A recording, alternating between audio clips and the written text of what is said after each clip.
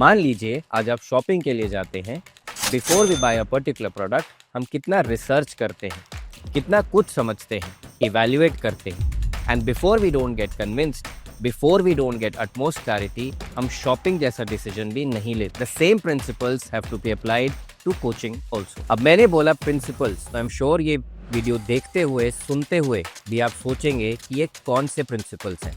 क्या आपको पता है कि ये जो प्रिंसिपल्स के बारे में आप सोच रहे हैं ये भी एक प्रिंसिपल है, and I call it the principle of curiosity. Hello and welcome to our channel, dear students. We wanted to start 2026 with a bang. And what better way than actually disrupting the stereotypes and giving you a no-cap advice. So let's talk about how these principles work, how coaching plays an important role, and why traditional methods won't always get you there. Okay, so starting with principle number 1, the relevant and effective teacher principle. 2026 onwards, if you aspire to make it big in the corporate world through a professional qualification, then it is super important to know who will be teaching you, who will be your mentor.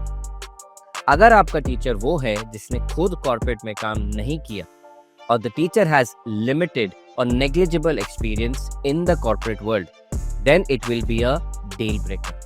I repeat, it will be a deal breaker. अब यहाँ पर लेकर आते हैं the principle of curiosity. The ability to understand things by asking the question why. मेरे से आप यहाँ YouTube पर मेरी क्लासेस में या even before and after the classes आप कितने भी questions पूछ सकते हैं. In today's world, as much as the academic background of the teacher matters, equally important is his or her corporate experience. आपको पता होना चाहिए ACCA is an application based qualification. Whatever you will learn needs to be applied in the corporate world, and thus it is super important to understand how will the academic learning be applied to corporate situations. And बिना खुद के corporate experience के how will the teacher, how will the mentor teach you? The next principle is the teaching methodology principle. आप सबको English तो आती है, अगर बुक्स मिल जाएं तो रीडिंग आप खुद भी कर सकते हैं। बार बार रीडिंग करेंगे तो चीज़ें याद भी हो जाएंगी। But is that enough? The answer is an absolute no. ACCA जैसी क्वालिफिकेशंस करने से पहले क्वालिफिकेशन को जानना, क्वालिफिकेशन को समझना is very important. आपकी ACCA क्वालिफिकेशन का एक फ्लो है and that flow has a purpose. So let's decipher it. Knowledge level is 100% objective type questions. Everything starts with conceptual clarity and KL tests that. Skill level में audit को छोड़ के 60% objective and 40% subjective questions होते हैं। Second level में ही application आ गई। Subjective questions मतलब application to real life situations. Now think about it, क्या ये एप्लीकेशन रोट लर्निंग से आ जाएगी? नहीं। This is where your teacher will have to teach you how do corporates do it. और जहाँ तक प्रोफेशनल लेवल की बात है, 100% सब्जेक्टिव क्वेश्चंस हैं, which means advanced application of concepts to real life situations. मैं अपनी क्लासेस में बुक से ज़्यादा real time real life examples को यूज़ करता हूँ, which creates interest in students and that makes learning interesting, experiential and fun. Think about it कि आप क्लास में concept of fraud and its consequences सीख रहे हैं through the example of Blue Smart. Will that help? The answer is yes. वो कहते हैं ना कि ड्राइविंग सीखना एक बात है और ड्राइव करना एक अलग बात। Now moving on to the next principle, the principle of exam readiness. Learning एक तरफ, but at the end of the day, सबसे पहला goal of every student is to clear the exam. और मुझे पता है जो भी ये वीडियो देख रहा है उसे एग्जाम वर्ड सुनकर ही डर लगता है, मुझे भी लगता है। एग्जाम वर्ड में कुछ इनबिल्ट डर है। I get queries and concerns from students that ये एग्ज़ाम डिफ़िकल्ट है, वो एग्ज़ाम बहुत डिफ़िकल्ट है। Honestly, ऐसा कुछ नहीं है।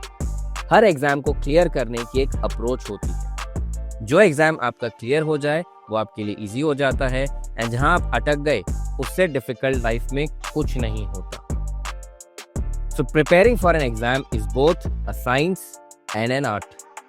And एक बात और, you need to keep in mind that every student is different. कैसे पढ़ना है, कैसे प्रैक्टिस करना है, क्लास से पहले क्या अप्रोच होनी चाहिए, क्लास के इमीडिएटली बाद क्या करना चाहिए, which kit will help you with conceptual clarity and which will instill exam confidence in you. ये सब कुछ हमें पता होना चाहिए. Personalized versus generic feedback. Exam से पहले की stress testing. Everything matters and everything is teachable by, of course, the relevant teacher and the right mentor. And finally, we have the last principle for today, which is profile building. Buzzwords को copy करना is easy. उन्हें actually में follow करना और करवाना दोनों difficult है. आजकल सारे इंस्टीट्यूट्स प्रोफाइल बिल्डिंग का गाना गा रहे हैं, but do they know how students will actually be able to do it? I doubt it. सब बोलते हैं कि लिंक्डइन इंपॉर्टेंट है, but do institutes hand hold you to do it?